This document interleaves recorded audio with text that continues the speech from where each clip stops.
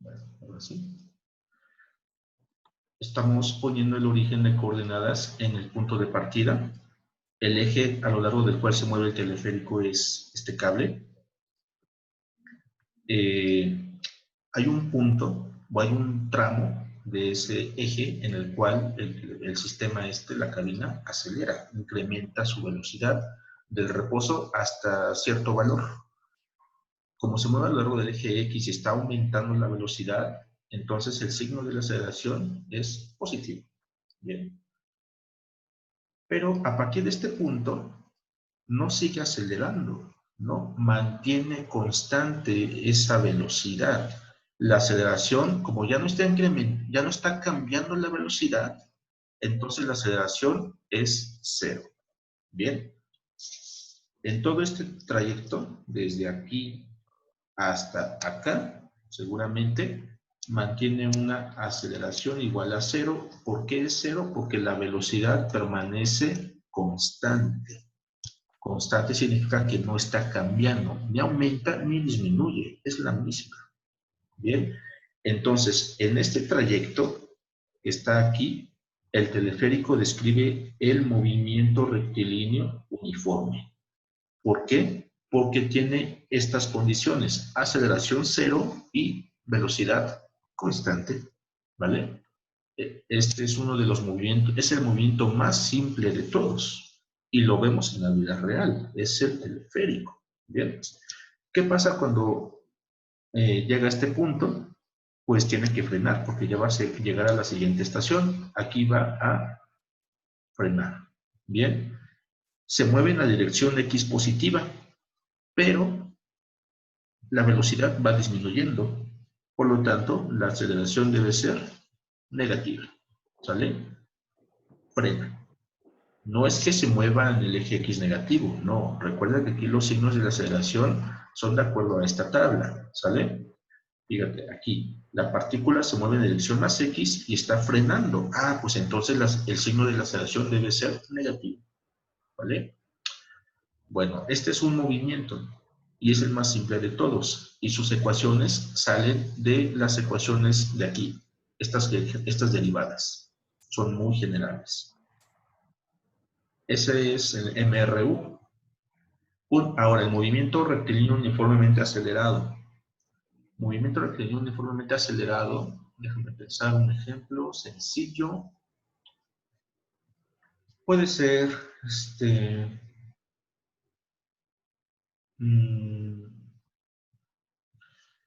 supone que en estos movimientos la aceleración va a permanecer constante. No hay cambio. Es decir, que la velocidad aumenta gradualmente, como en el caso del automóvil. En ese ejemplo de automóvil, la aceleración iba aumentando 15 kilómetros por hora por cada segundo transcurrido. Bien, si tú mantienes indefinidamente ese cambio en la velocidad, tu aceleración permanece constante. Pero ¿cuál es la consecuencia? Pues que vas muy rápido. Bien, ya vas demasiado rápido y entonces son velocidades muy altas. Ah, caída libre es un ejemplo muy claro de este tipo de movimiento. La caída libre, aquí está la Tierra.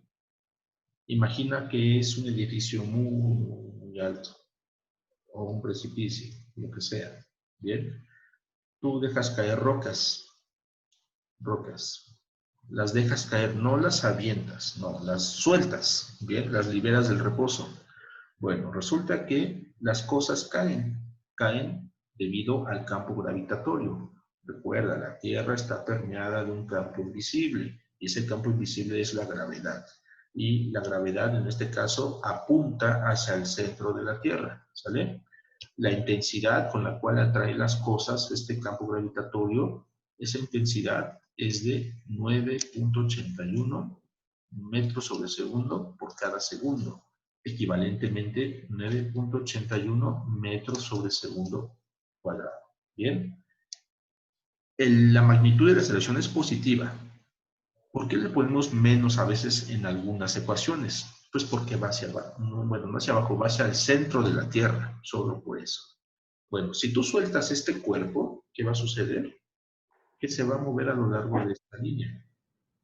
No va a ser un camino así, ¿verdad? No, a menos que sea una hoja de papel entera. Entonces va a hacer este movimiento, ¿verdad? Como una hoja de árbol. Pero si es un cuerpo sólido, una roca, una pelota, lo que sea, va a describir esa línea recta. Bueno, la caída libre, como es el caso aquí, es un ejemplo muy claro del movimiento rectilíneo uniformemente acelerado. ¿Por qué? Porque conforme va cayendo, va incrementando su velocidad.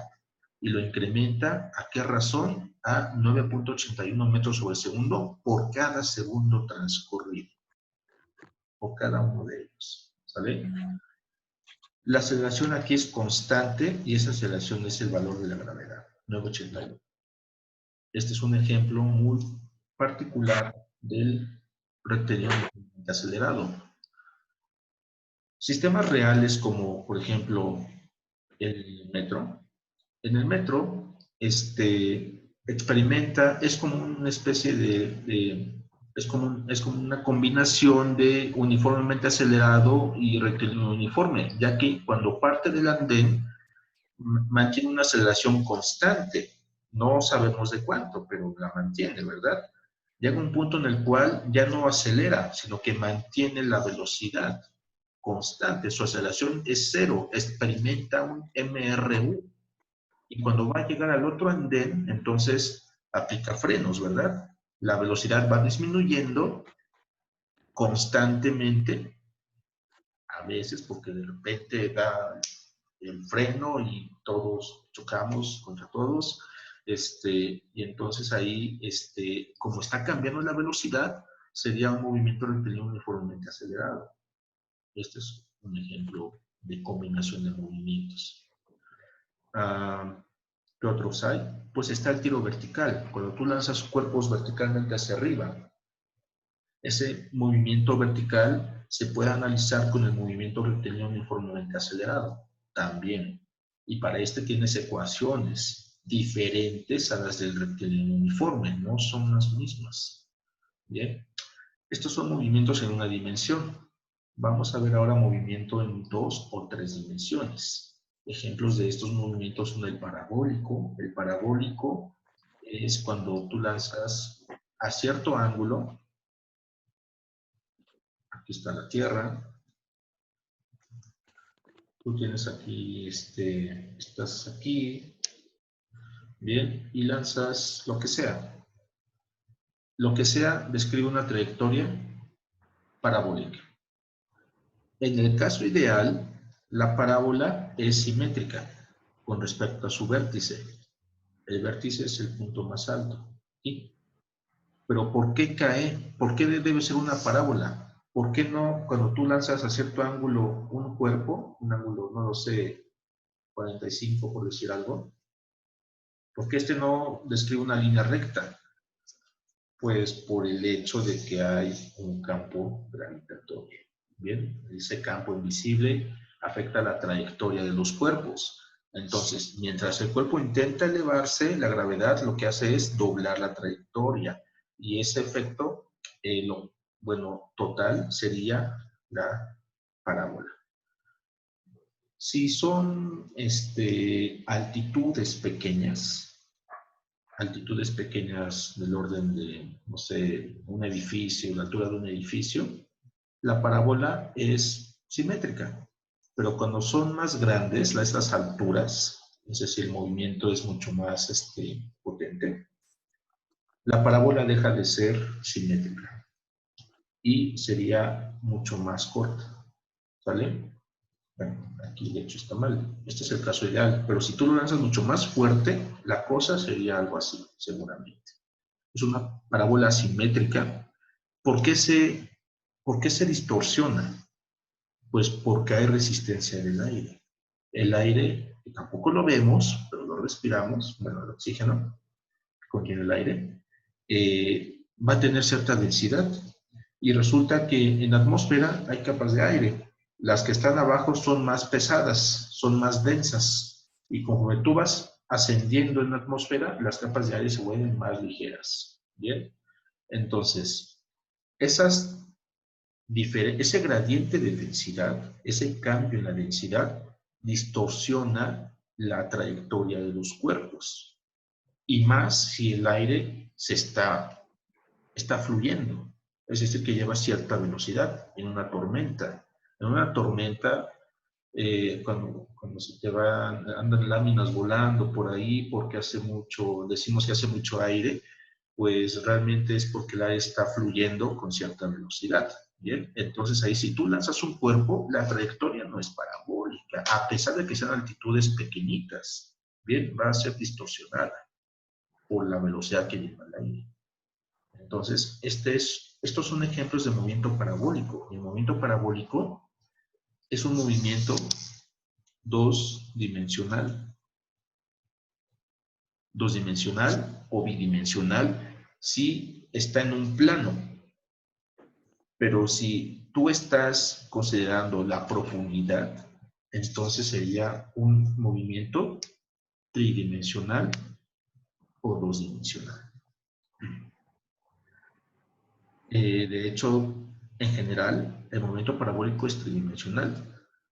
Lo que no tomamos en cuenta para este movimiento es la rotación de la Tierra, porque la rotación de la Tierra afecta la trayectoria de los cuerpos también.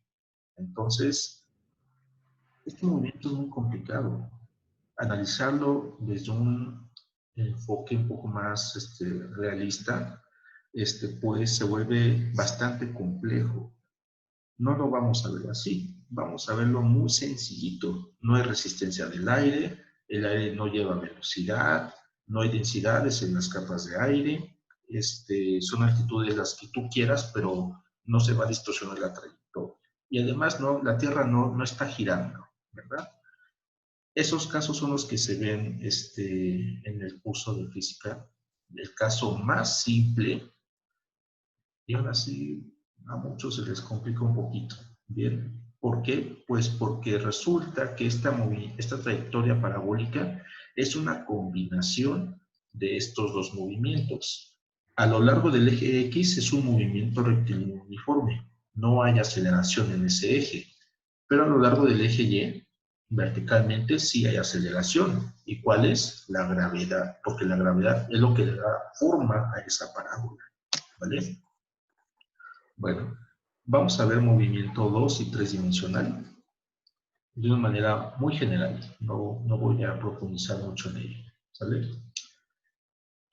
Bueno, para esto necesito las ecuaciones. Entonces, ya se los dije. En estos casos,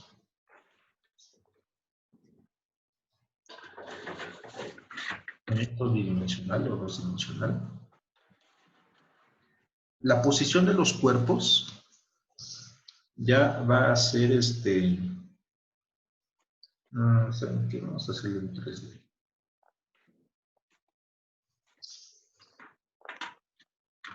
Tridimensional. En estos casos, el cuerpo ya no se mueve en una recta, ya se mueve en el espacio, X y Z. La trayectoria de la cosa puede, imagínate una hoja de árbol, una mosca, lo que sea. Describe trayectorias en el espacio, se mueve a lo largo, a lo ancho y a lo alto, ¿verdad? Se mueve en 3D. La trayectoria es muy complicada. ¿Cómo se describe la trayectoria? Vamos a localizar las coordenadas de los puntos de la trayectoria. Estos puntitos amarillos son algunas coordenadas de la trayectoria. Son infinitos, ¿verdad? Aquí solamente estoy dibujando unos cuantos. Bueno, para cada puntito amarillo, yo voy a trazar un vector que parta del origen y termine en ese punto. Así. Bien. Para ese punto, cuando la mosca pase por ahí, yo la localizo con un vector. Cuando la mosca se mueva un poco más, la localizo con este otro vector. Cuando se siga moviendo, con este otro y así sucesivamente. Bueno, estos vectores que estoy dibujando en amarillo tienen un nombre muy importante y es vector de posición. De posición porque localiza la posición de la partícula, en este caso, la mosca. Bien, y ese vector de posición siempre parte del origen, siempre. ¿Y dónde termina? En donde esté la partícula, donde esté. Para no escribir vector de posición, simplemente le llamamos R. Y como es un vector, se le pone una flechita encima. Este R va a ser igual sus componentes.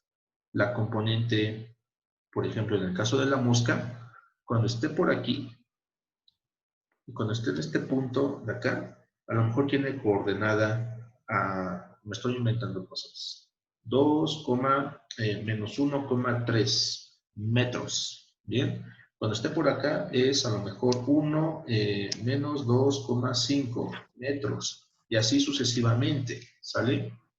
Entonces, el vector de posición tiene tres componentes, componente X, componente Y y componente Z.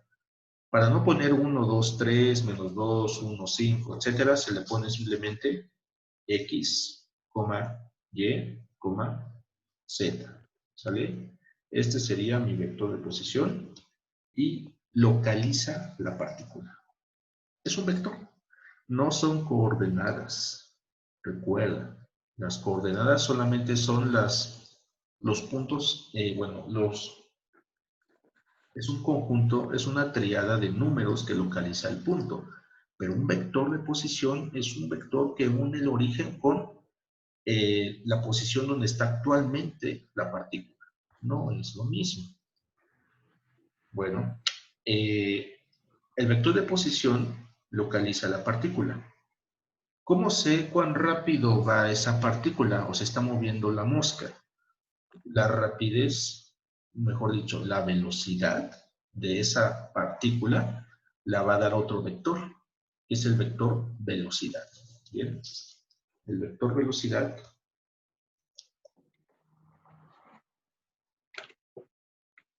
se llama V, es el vector velocidad instantánea. Lo voy a poner entre paréntesis, porque también hay un vector velocidad promedio, pero recordemos que el promedio no nos sirve para describir situaciones reales.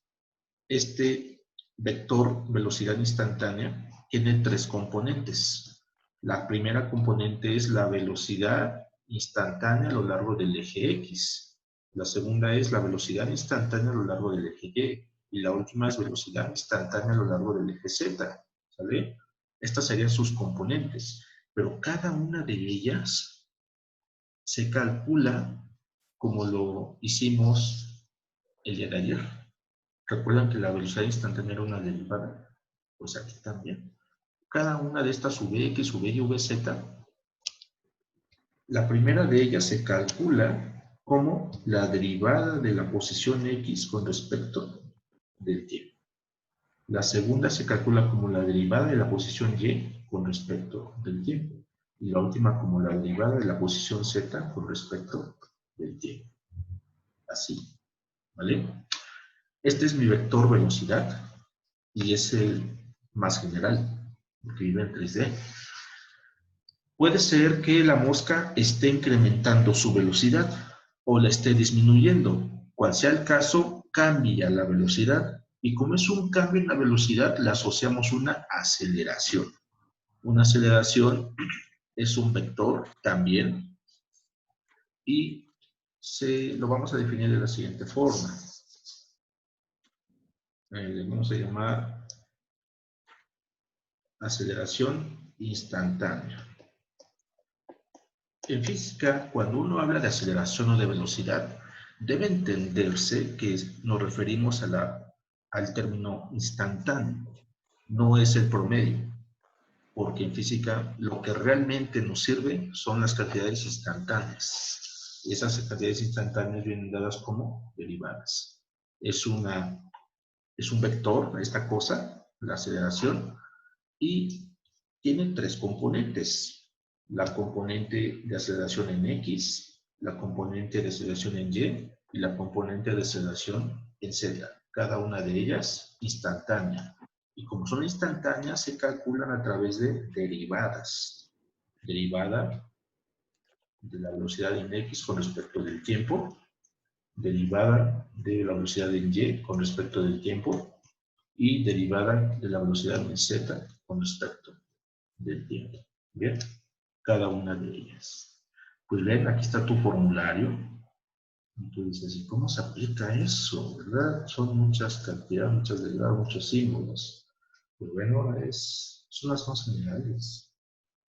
Esto de aquí es tu formulario para movimiento en 2 y 3 dimensiones. No se necesita más. Son las más generales posibles. Bueno, la rapidez.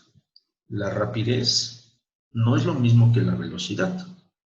La rapidez es la magnitud de la velocidad. ¿Cuán rápido vas tú? ¿Sale? La rapidez se va a calcular de la siguiente forma.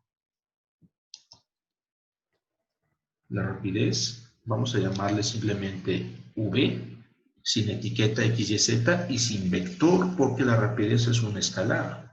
Y esta rapidez viene dada como la raíz cuadrada positiva de la componente X al cuadrado de la velocidad, más su componente Y elevada al cuadrado, más su componente Z elevada al cuadrado.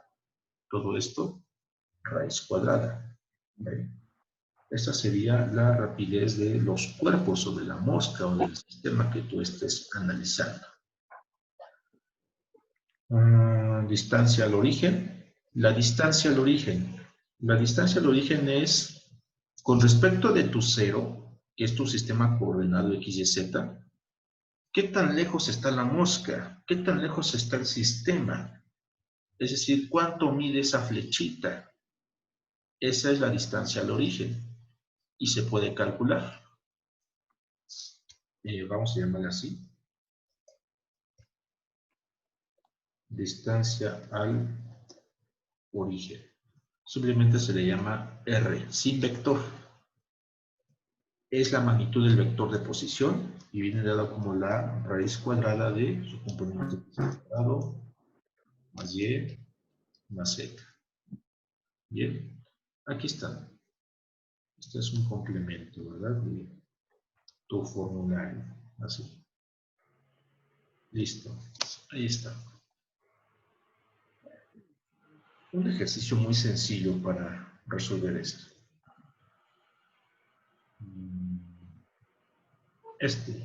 Mira. Así.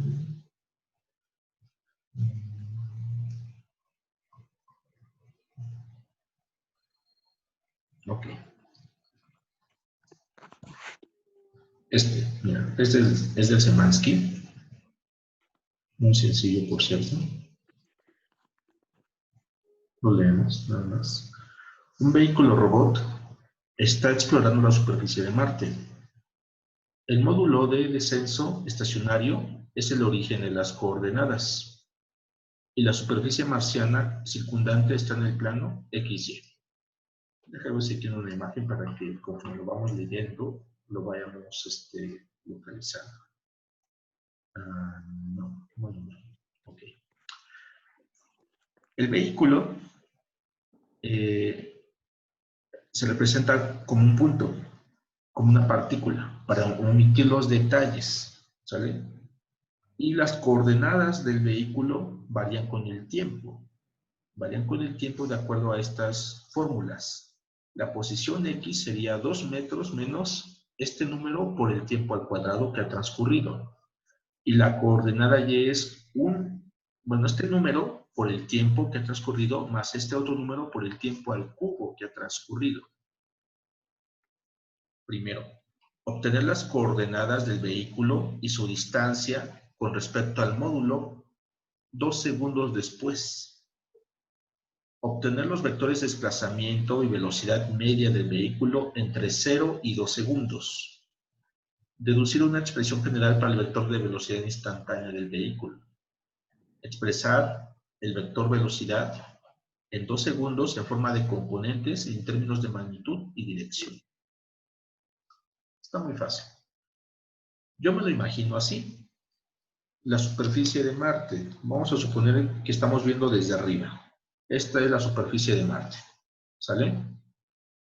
Dice que el vehículo llegó en un módulo espacial. ¿Ok? Ese módulo espacial es tu origen. Te lo está diciendo el ejercicio. El módulo espacial, vamos a suponer que aterrizó aquí. ¿Bien? Entonces, el centro de ese módulo aquí es mi origen. Aquí lo estoy exagerando. Este punto es mi origen. ¿Bien? Ahí. Entonces, la cosa, el vehículo, lo que hace es moverse a lo largo de esta superficie. ¿Sale? Esta no es la forma en que se mueve, claro está. La forma en que se mueve viene dada por estas fórmulas. ¿Sale? Habría que graficarlo de manera precisa, pero aquí te estoy dando una idea de cómo está la cosa. La trayectoria es así, así y así, y continúa. ¿Sale? Pero se mueve sobre la superficie de Marte. Estamos viéndolo desde arriba. Bueno, la primera pregunta es, obtén las coordenadas del vehículo y su distancia con respecto al módulo, es decir, con respecto a mi origen, porque ahí está el módulo, 2 segundos después. Cuando el vehículo inicia su movimiento, lo inicia aquí, en el origen. Y en ese instante han transcurrido 0 segundos. ¿Bien? 1 segundo después a lo mejor está por aquí. 2 segundos después quizá esté acá. Bien, aquí es igual a 2 segundos. En ese instante de 2 segundos se te pide calcular las coordenadas. Si quieres, tú puedes aquí trazar un plano cartesiano de esta manera, X, Y. Recuerda que esta no es la trayectoria real. Esto nada más para que te des una idea de qué está pasando. Entonces, las coordenadas que te piden es calcular la coordenada X y la coordenada Y. ¿Cómo lo haces?